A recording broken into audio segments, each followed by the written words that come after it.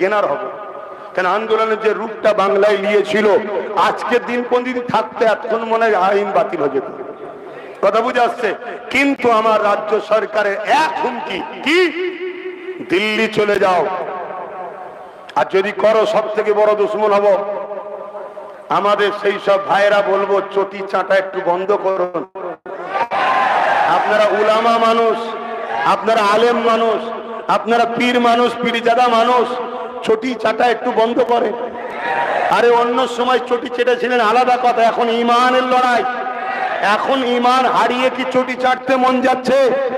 আরে বড় দুঃখ, কেউ আলোর জন্য, কেউ গাড়ির জন্য, কেউ বাড়ির জন্য, কেউ টাকার জন্য, কেউ আগে পুলিশ গাড়ি যাবে, পিছনে পুলিশ গাড়ি যাবে, এই পাহারা লিবার জন্য নিজের ধর্ম শেষ হয়ে যাচ্ছে, এদের কোনো খেয়াল নাই।